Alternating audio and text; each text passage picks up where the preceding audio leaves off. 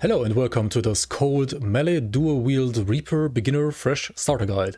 This video will show you how to allocate your skill points and devotion points, how to distribute your attributes and which gear to target farm to create a fast assassin style character that doesn't feel too squishy while dishing out incredible damage.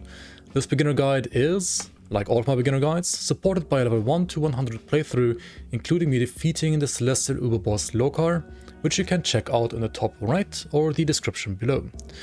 LOKARR is who you want to target farm to get the 4-piece leveling set that I'm using for all of my speed leveling videos, for which I have a speed leveling guide, which I can also link you down below. For endgame, this cold Reaper has several builds, for some of which I have updated endgame build guides that are viable on the current patch as well. Alright then, let's just dive straight into the guide. So right away at the start of the game, when you leave Devil's Crossing, the only thing that you want to worry about is getting Hevel's Greatsword. This is a guaranteed two-handed drop that you can get from a house in Lower Crossing. After that, until around level 10, you also want to only look for better yellow two-handers or even green two-handers, because you're gonna use Amarasa's Blade Burst as your main damage ability for AoE as well as for single target. Now, you want to use a two-hander for this because this one has weapon damage, and also, if you're dual wielding, this one only uses your offhand, so whatever weapon you're using in your right hand would be useless if you're dual wielding when using this skill. Thus, you want a two-hander until around level 12, and also you want to pick up a 1-pointer in Shadow Strike and a 1-pointer in Pneumatic Burst to give yourself some more movement speed, and also to, Shadow Strike is a teleport with damage, basically for mobility as well. This setup is gonna carry you through most of the early maps here, and whenever you find a devotion shrine, you want to cleanse it and start the devotion map by putting a 1-pointer in Crossroads and 2 points in the Jackal devotion. You want to do this ASAP because Jackal is the earliest total speed that you can get, and total speed is attack speed, casting speed and movement speed, so this is really good for damage as well as for mobility. I basically get Jackal as my first devotion on pretty much any build when starting out. Now after level 10, you want to start dual wielding. Why do you want to start dual wielding now? Because now you have access to Lethal Assault.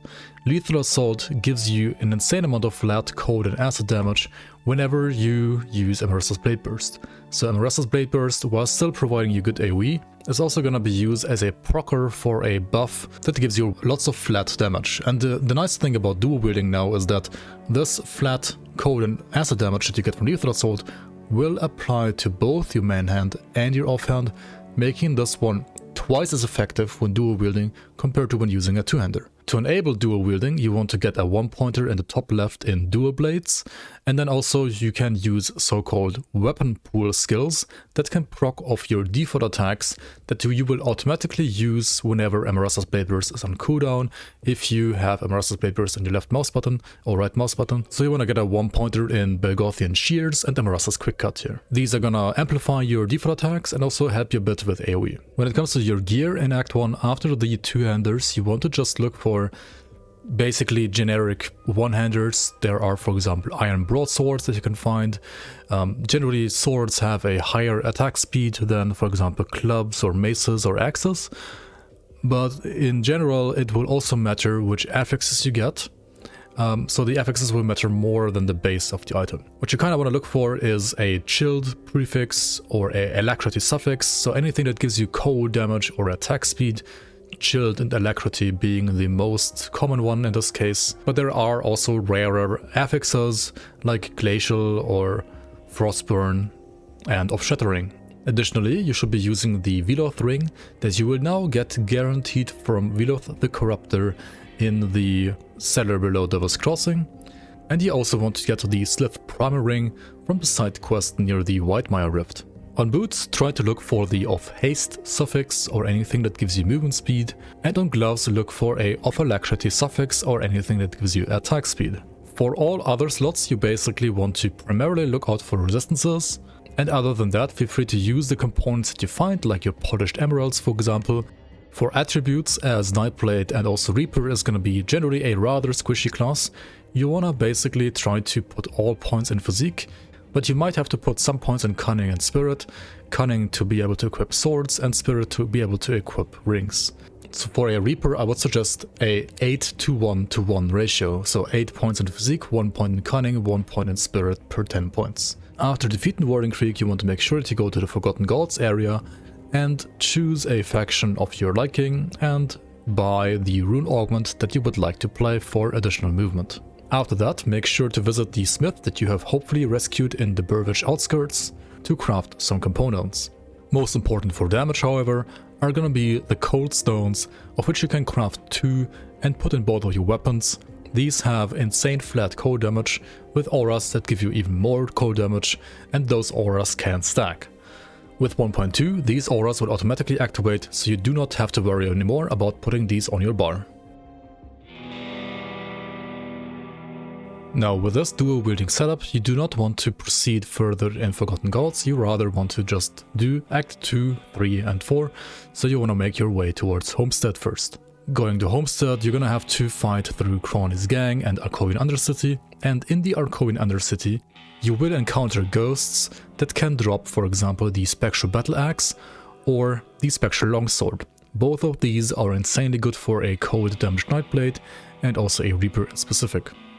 Again, you want to look out for the aforementioned cold damage and attack speed affixes like Chilled or of Alacrity. The Cronley Signet dropped by Cronley is also a perfect ring that you can use because it always will roll with attack speed. If you go through all the way with the Arcoin Undercity, at the end of the Undercity you will encounter Kilrian, and this boss can drop his Shattered Soul.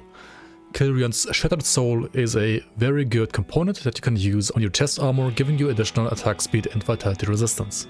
For the relic slot, there is a quest in Arcovian Foothills where you need to retrieve a relic, but if you lie to the rovers and just keep the relic for yourself, you will have the Bone Talisman as a relic that grants you an active skill that gives you more energy regeneration and % damage for a short period of time.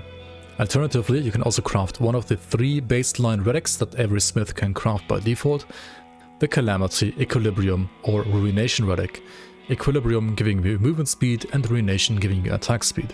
My personal all-around favorite here would be Equilibrium. Going forward from Act 2, your skill point allocation will look something like this.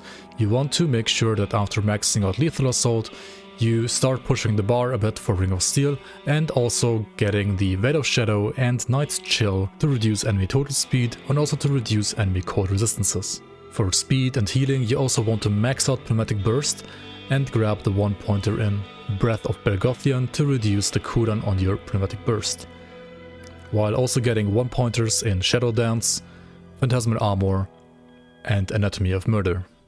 For your devotions, after grabbing the Jackal early, you want to now get the Eel or Sailor's Guide for additional movement speed and blue affinity, and after that you want to work on the Spider devotion, the green Spider devotion, because we want to eventually aim for Murmur, the Mistress of Rumors. This will be our first devotion with an active skill on it that you can bind to a skill, and then that skill will have a chance to proc this devotion. In this case, Rumor will deal cold damage and also reduce enemy cold resistances. For the rest of the normal difficulty, when it comes to skills, you first want to focus on your Nightblade tree and max it out before even bothering with the Necromancer tree.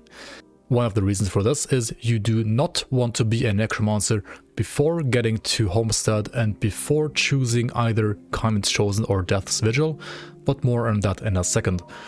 So when maxing out your Nightblade tree, you want to also max out Veil of Shadow, max out Night's Chill, getting 1-pointers in Merciless Repertoire, Elemental Awakening, Nidala's Justifiable Ends, Nightfall, Ring of Frost to convert your Ring of Steel to cold damage and freeze enemies, Circle of Slaughter to have enemies fumble their attacks, and also grabbing the last 2 weapon pool skills, Whirling Death and Execution.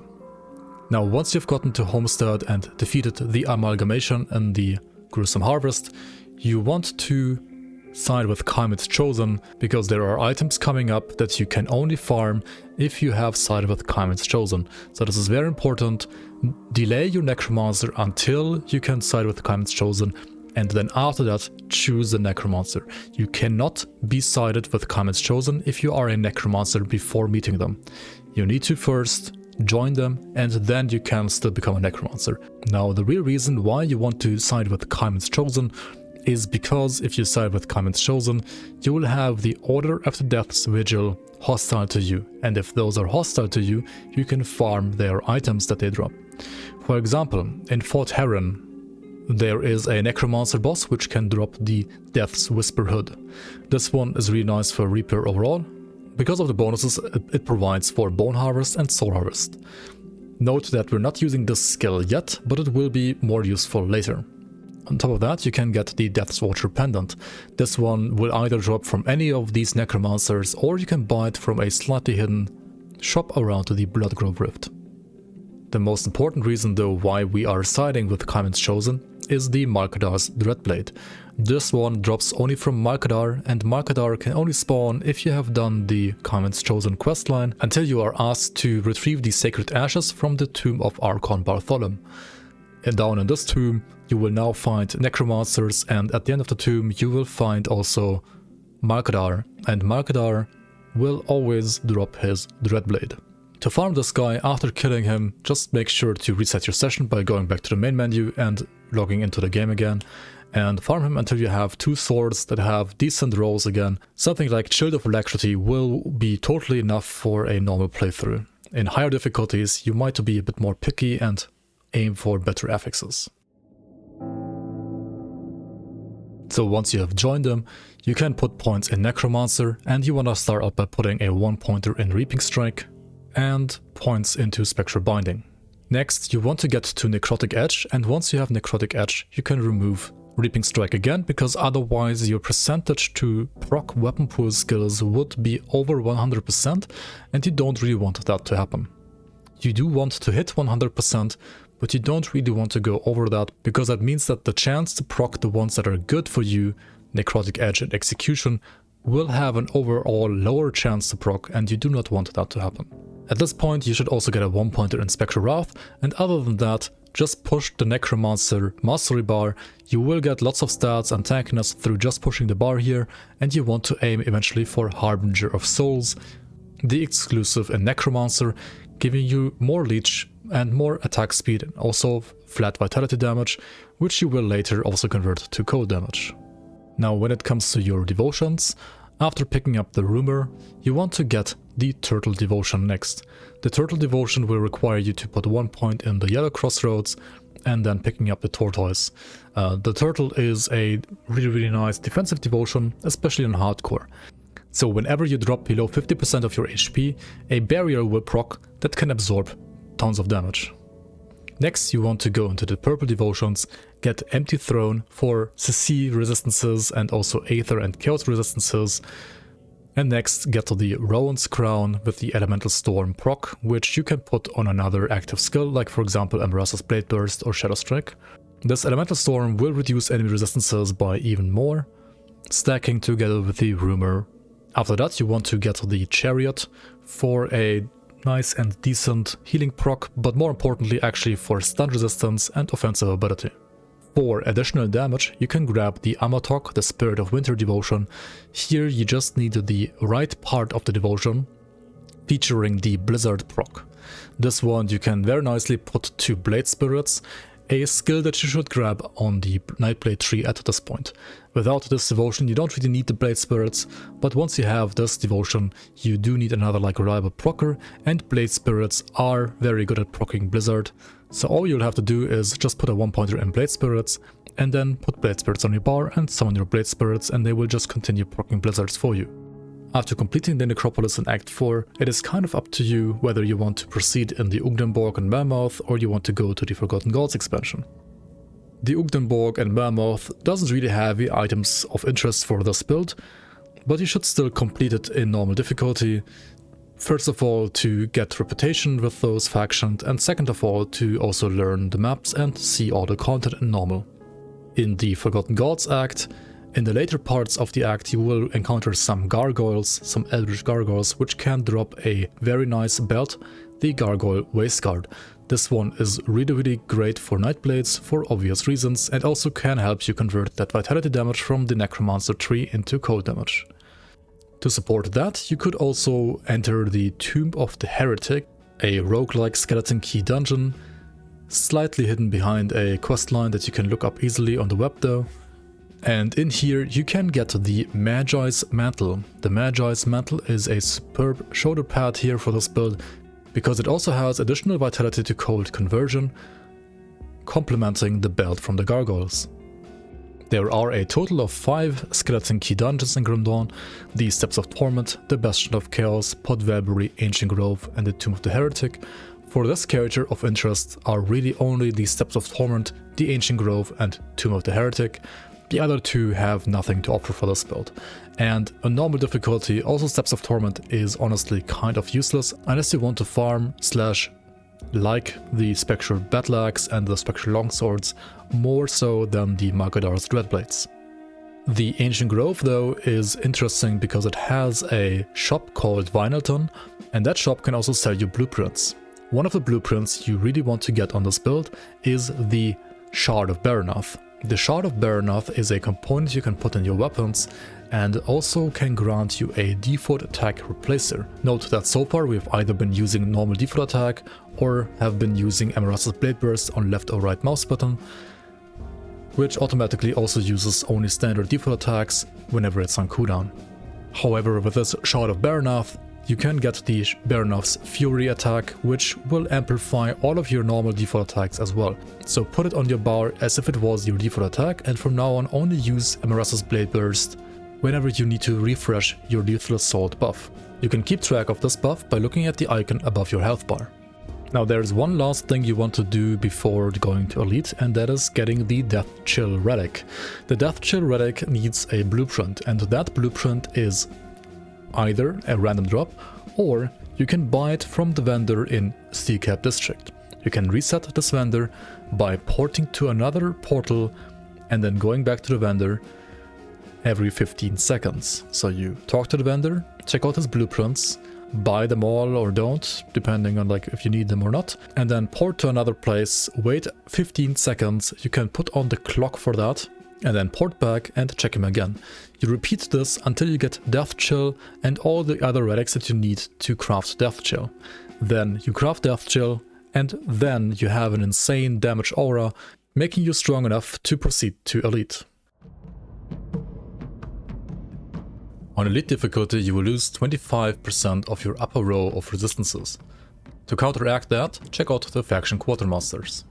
In the Honored tab, you will find augments such as, for example, the Slith Venom from Devil's Crossing, which is really nice to increase your poison and bleeding resistance on rings and your amulet.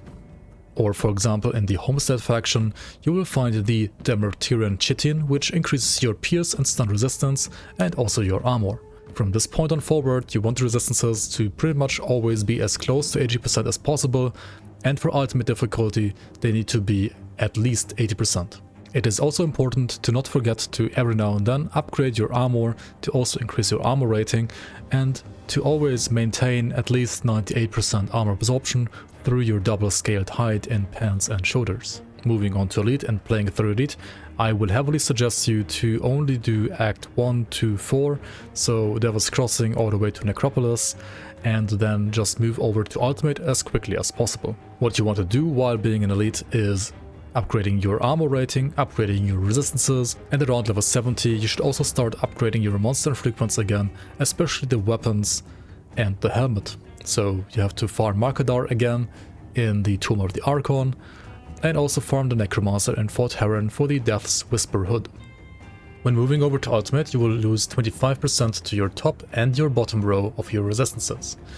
To help you out against that, you should make sure to get at least one of the factions up to Revered before moving to Ultimate, and then in the Revered tab of the Quartermasters you can get access to augments that you can put on your armor, giving you 7 additional slots to gain more resistances. To speed up the process to get to Revered, make sure to buy the Writ from the Faction Quartermasters once you are honored. For the skill point allocation at the end of Elite, the Night Blade tree pretty much still looks the same as before. We got 1 pointer in all the passives and all the weapon pool skills at the top, while having a maxed out Lethal Assault, a maxed out Pneumatic Burst, and a maxed out Veil of Shadow and Night's Chill. Keep in mind you can always put more points in Elemental Awakening for more elemental resistances, or into Phantasmal Armor for more pierce resistances. Use this to fix your resistances if necessary. On the Necromancer side, we have finally picked up Bone Harvest, so 1 point in the base Bone Harvest, 1 point in Dread, and maxed out Soul Harvest. Soul Harvest provides you again huge flat bonuses to both of your weapons, flat cold and vitality damage, and you will convert most of that vitality damage to cold damage. After hopefully collecting enough devotion shrines in Elite, you should at the end of Elite actually have 55 out of 55 devotion points already unlocked. If that's not the case, don't worry, in Ultimate there's gonna still be some more shrines that you can pick up. So where do you want to put these points now? As you can see, I have removed Jackal and I have removed the Eel. On the other hand, I have gotten Panther, Toad, Hawk, Crab, and Leviathan. So for Leviathan I need 13 green and 13 purple. This is a tier 3 devotion which will provide you insane amounts of cold damage, and to get there you will need green and purple affinity. Toad is used primarily for leech and some resistances. Hawk is great for offensive ability and crit damage, and Panther is also nice for crit damage and offensive ability. While Crab is a tier 2 devotion, which is kind of a nice hybrid mix between damage and tankiness, giving you elemental damage, which also scales cold damage, and also the arcane barrier that absorbs additional elemental poison, acid, vitality, aether, or chaos damage. Now, once you have reached ultimate, keep in mind that as long as you level, also the enemies will level all the way with you. Reaper is a rather squishy class, so it's not going to be that easy to reach like a goal of like 150 HP per level on hardcore. You should try to at least aim for like 120 to 130 HP per level though, and make sure you pick up defensive skills to boost your defenses through other means that are not just raw HP. To do that, we have 10 points in Mark of Torment, and 10 points in Ill Omen, and 12 points in Spectral Binding. Spectral Binding will give you flat HP and offensive ability. Ill Omen is a curse debuff that you need to cast on your enemies, and that will also automatically spread to nearby enemies. This curse will reduce enemy damage by up to 25% at 10 points, which, well, obviously is very good because all damage that you take from all enemies affected will be reduced by 25%. Now, Mark of Torment is a bit more finicky. This one, you need to cast it on ideally the healthiest target in the room, because it only works as long as you have the tether to that enemy. The absorption values got slightly nerfed in 1.2, but the cooldown got reduced. Currently, I believe you can get around 40 to 45% absorption on this skill if you max it out, and remember that this absorption will affect all incoming damage, not only from the target that you marked. The marking of the target is only important because whatever damage you take, you reflect a part of that damage to the marked target, and also when the marked target dies, this effect will also end prematurely. So make sure you basically always just target the healthiest target in the room to make sure the absorption lasts as long as possible. In the Nightblade tree, you can see that we have now picked up 8 points in Dual Blades for additional physical resistance, 8 points in Shadow Dance for additional defensive ability and dodge chance, 12 points in Phantasmal Armor for additional pierce resistance and armor, while most of the other skills are still 1-pointed. And we get tons of plus skills from gear. The only thing we have slightly changed for damage here is we have put more points in Execution to increase the proc chance, as well as more points into Necrotic Edge to also increase the proc chance of this weapon pool skill. Devotions are unchanged, since we already had 55 devotions at the end of Elite. Additionally, here in Ultimate, there are a couple of monster frequents that you can get from the Steps of Torment. The Ilgor's Eternal Curse, giving you more weapon damage to Marassa's Blade Burst, as well as Ilgor's Eternal Vigil, giving you more HP restored and more cold damage to Pneumatic Burst. Both of these are insanely good. I personally like Eternal Vigil more than Eternal Curse, but that is kind of up for debate. You can also get the rings from Alchemos, Alchemos' Agony, Alchemos' Torment, the blue rings which provide you with incredible damage, or the purple rings, Alchemos' Touch of Anguish or Alchemos' Touch of Dread, which provide you arguably less damage but overall better balanced stats, as well as also the two-handed Scythe Soul Rend, which you can use to transform this build into a two-handed Reaper. Now the Soul Rend in itself is not necessarily usable on this particular build. You would have to do bigger changes to a Reaper to incorporate the Soul Rend into this build. A Soul Rend Reaper, however, is a great endgame build, and you can also check out one of my guide videos for a Soul Rend Reaper on that one. An amazing set that you can farm from the Tomb of the Heretic dungeon for both a Soul Rend Reaper as well as for a Dual Wield Marketer Reaper is the Morganath set. The Morganath 4-piece set provides additional cold damage and support to both the Necromancer tree as well as the Nightblade tree, giving you resistance reduction to Ill Omen and more damage on Shadow Strike. Elena's necklace that was before locked behind reputation with Devil's Crossing, but on Elite or Ultimate you should have enough reputation to also do this quest.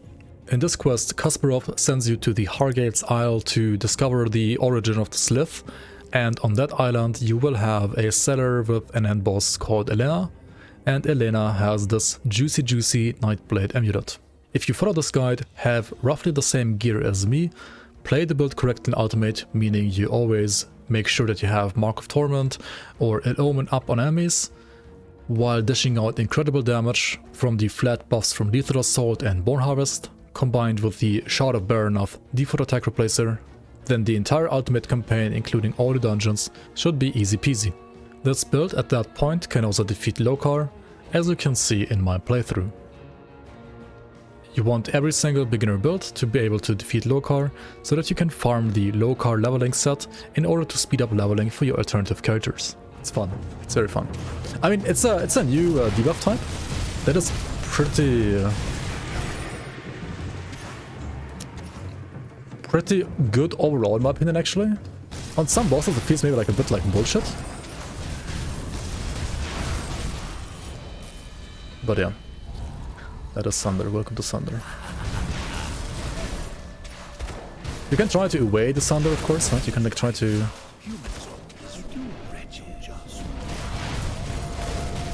jump over it, dodge it, use your Rune Augment, stuff like that.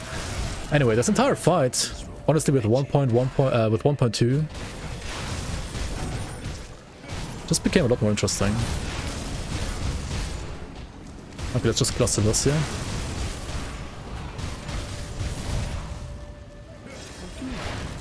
Why am I still not running? Why am I not attacking? I have 8 seconds on a cluster. 8, not 3.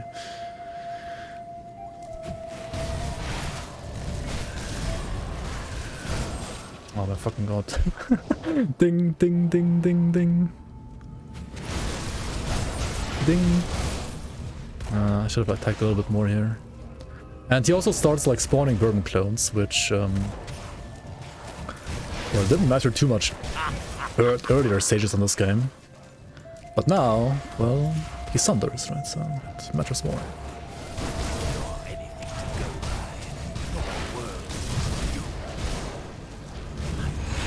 Right. But yeah, honestly, like with evade and like something like teleport on top, like you can manage like trying to at least like dodge the waves, or if you're strong enough, like just kill him and tank him, right? But yeah, the fight certainly got harder now compared to before. But you have also more tools, right? With the evade, you have more tools. Thank you so much for watching. Remember to check out and expand the description below for GRIMTOOLS links and related playlists. Shout out to all of my supporters on Patreon, YouTube and Twitch. Without you guys, this channel wouldn't even exist. If you are new to this channel and you like my content, feel free to like, subscribe and head over to my Patreon to support me. All of your support will be used to create more Grim Dawn guides on YouTube like this, as well as additional Grim Dawn content for the upcoming community seasons. If you haven't heard of or played a community season yet, you can do so at any point, even when it's offline, via the website grimdawnleague.com. I hope you enjoy the content, and I'll see you around on the next one.